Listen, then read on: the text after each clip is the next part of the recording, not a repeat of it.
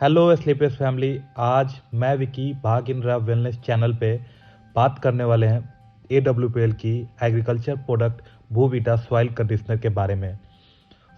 मैं इस वीडियो में AWPL भूविटा पे हम कवर करेंगे कुछ पॉइंट्स। जो सबसे पहला पॉइंट्स है कि आज के समय में ऑर्गेनिक या जैविक खाद का इस्तेमाल क्यों जरूरी है। दूसरा पॉइंट हम कवर करेंगे रासायनिक खाद का इस्तेमाल आज हानिकारक क्यों है।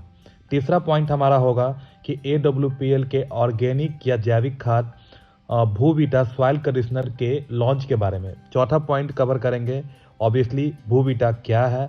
पांचवा पॉइंट हमारा होगा कि भूविटा के फायदे क्या हैं। छठा पॉइंट जो हम कवर करेंगे वो होगा भूविटा के इस्तेमाल कौन कौन से फसल में कर सकते हैं।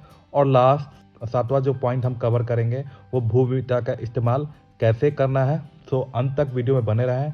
आपको भूविटा की जितनी भी जानकारियाँ चाहिए आपको इस वीडियो में मिलेंगे। तो चलिए वीडियो शुरू करते हैं। जैसे कि हम जानते हैं कि हमारा पहला जो पॉइंट था जिसे हमें कवर करना था कि आज के समय में ऑर्गेनिक या जैविक खाद का इस्तेमाल क्यों ज़रूरी है। तो इसमें दो कारण हैं, मुख्य दो कारण हैं, और भी कारण हो सकते हैं। तो सबसे पहला क्या है कि आजकल के समय में एग्रीकल्चर लैंड की कमी हो गई है, जिसके कारण किसान कम ज़मीन में बेहतर उपज के लिए रासायनिक खाद का इस्तेमाल करते हैं। नो डाउट उस समय फसल की उपज तो अच्छी होती है, लेकिन समय दर समय रासायनिक खाद के इस्तेमाल से भूमि की उपज क्षमता पैदावार कम होती चली जाती है और अंततः जमीन बंजर हो जाती है। दूसरा मुख्य कारण क्या है कि रासायनिक खाद के उपयोग से जो भी सब्जियां तैयार होती है, जो अन्न बनकर निकलते हैं, उसे खाकर लोग बहुत तरह की बीमारियों के शिकार होते जा रहे हैं, जो आने वाले समय के लिए सही नहीं है। जो हेल्थ कॉन्शियस बेसिस पे भी रासायनिक खाद का इस्तेमाल सही नहीं है। मैं मानता हूं कि एक समय था कि फसल की उपज और पैदावार बढ़ाने के लिए वैज्ञानिक ने रासायनिक खाद का इस्तेमाल की महत्ता दी थी। बट दिन पर दिन हम क्या हुआ ना, हमारा एग्रीकल्चर सिस्टम है वो रासायनिक खाद पर डिपेंडेंसी बढ़ गया। बट अब इसका अंत करने का समय आ गया है। अब हमारा दूसरा पॉइंट क्या था कि रासायनिक खाद के इस्तेमाल से हानि क्या क्या है।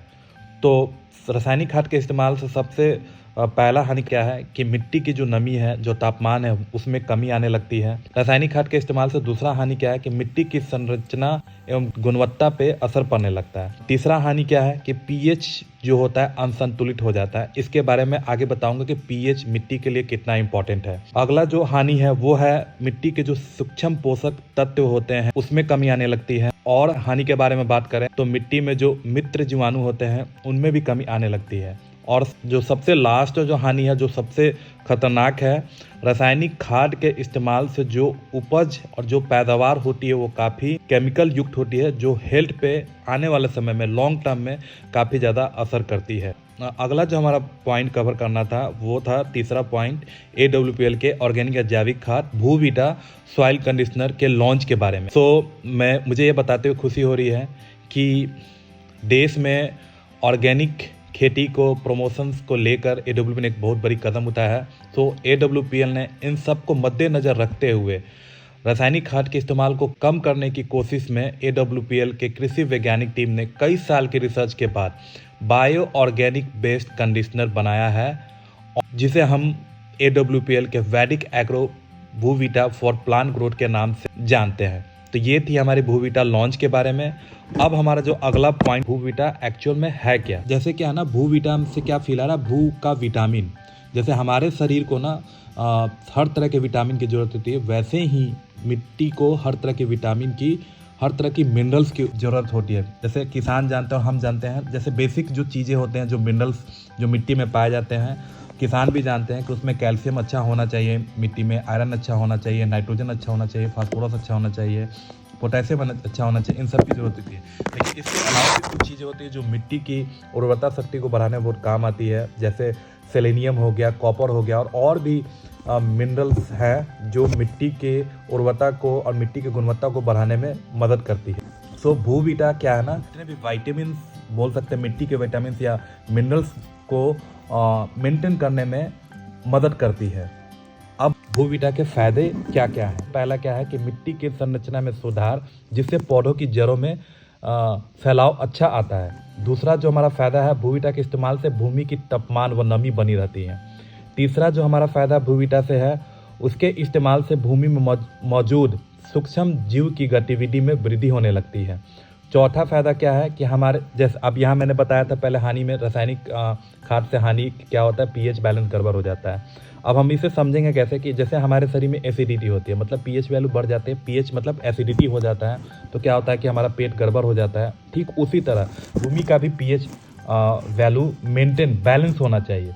अगर मिट्टी ज़्यादा क्षारीय हो गई तो भी फसल के उपज पर असर पड़ेगा, अगर मिट्टी ज़्यादा अम्लीय हो गई तो भी फसल के उपज पर असर करेगा। सो भूविटा जो है ना वो मिट्टी के पीएच को बैलेंस करने में मदद करता है, जिससे अधिक उपज पैदा करने में मदद आती है, या यूँ कह सकते हैं 4 गुना ज़्यादा पैदावार करने में मदद करती है। और अगला जो फायदा है वो है मिट्टी के अपरदन को कम करता है। जैसे हमें पता है ना कि जब भी बारिश आती है ना, मिट्टी का जो पहला लेयर जो होता है वो बह के निकल जाता है, बट ये सॉइल में अच्छे तरह से मिल जाता है, जो सॉइल के अपरदन को कम करने में मदद करता है। और अगला जो फायदा भूविटा का है कि भूविटा के इस्तेमाल से केमिकल फ्री 4 गुना तक ज़्यादा फसल की उपज और पैदावार कर सकते हैं। और अगले फायदे के बारे में बात करें कि भूविटा का उपयोग जो है ना वो हवा में मौजूद नाइट्रोजन जो होता है ना वो पौधों को सुगमता से उपलब्ध कराता है। और अगले फायदे की बात करें तो मिट्टी में मौजूद जो भी अघुलनशील जैसे नाइट्रोजन होते हैं, पोटेशियम हो गए, फास्फोरस हो गया, और भी सूक्ष्म पोषक तत्व हैं जो अघुलनशील होते हैं, उसको घुलनशील अवस्था में बदलकर आसानी से पौधों में उपलब्ध कराता है। तो ये थी हमारी भूविटा की इम्पोर्टेंस। भूविटा इतना फायदेमंद क्यों है। अब हमारा अगला जो पॉइंट कवर करना था वो भूविटा का इस्तेमाल कौन कौन से फसल में कर सकते हैं।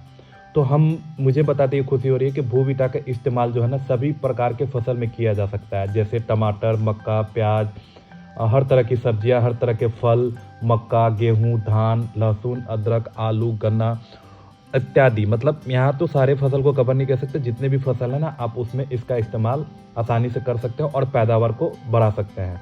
और सबसे लास्ट और इम्पॉर्टेंट, AWPL का ये प्रोडक्ट मोस्ट ऑफ द किसानों को और मोस्ट ऑफ द लीडर्स और फाइटर्स को नहीं पता है, और मे भी पता भी होगा, अच्छी बात है। मेरा कहने का मतलब वो तात्पर्य नहीं है, बट मुझे जहाँ तक पता और जहाँ तक मैंने रिसर्च किया है भूविटा का इस्तेमाल कैसे करना है, ये हमारा सबसे लास्ट पॉइंट है, 7वां पॉइंट है। इस्तेमाल तब करना है जैसे जब भी नया फसल लगाने के लिए हम खेतों को तैयार करते हैं। जैसे मान लो नया फसल लगाने के लिए हम क्या करते हैं, जुताई करते हैं। जुताई करने के टाइम ही ना हम भूविटा का इस्तेमाल करते हैं। जैसे अब इस्तेमाल कैसे करेंगे, तो 1 पैकेट भूविटा ना खाद के साथ मिलाकर 1 एकड़ मतलब 27 कट्ठा में इस्तेमाल कर सकते हैं, मतलब उसका बुरकाव कर सकते हैं, या आप किसी भी तरीके से। दूसरे तरीके से हमको समझें तो जैसे मैं अगर रेशियो बताऊं तो 1 बोरी DAP होगा, 1 पैकेट भूविटा मतलब 4 kg भूविटा होगा, और 1 पैकेट इको हिरियाली मिलाकर और 27 कट्ठे में इसका बुरकाव करें तो आपको 4 गुना अधिक पैदावार और उपज मिलेगी। हेल्दी तरीके से आप फसल का उपयोग कर सकते हैं। हाँ, और लास्ट में ये बोलूँगा, ये सच्चाई है, फर्टिलाइज़र का कमी नहीं किया सकता, लेकिन हम इसे धीरे धीरे कम कर सकते हैं और हम जैविक खाद का इस्तेमाल धीरे धीरे बढ़ाते रहेंगे। तो ये थी हमारा भागिंद्रा वेलनेस सेंटर पे भूविटा की एक महत्वपूर्ण वीडियो। उम्मीद करता हूँ कि आपको ये वीडियो पसंद आई होगी। अगर आपको कोई सुझाव या कमेंट करना है तो कमेंट बॉक्स में अपना सुझाव दे सकते हैं। तब तक के लिए मैं विकी अपने चैनल भागिंद्रा वेलनेस सेंटर में आप सभी से विदा लेता हूं। और विदा लेने से पहले आप सभी से रिक्वेस्ट है, अगर वीडियो अच्छी लगी हो तो लाइक करें, सब्सक्राइब करें और AWPL वीडियो को ज़्यादा से ज़्यादा लोगों तक फैलाएं, किसानों तक फैलाएं, देश में फैलाएं, जिससे हमारे देश में जैविक खाद और ऑर्गेनिक फसल उपज की बढ़ोतरी हो, जिससे हमें हेल्थ इश्यूज ना हो।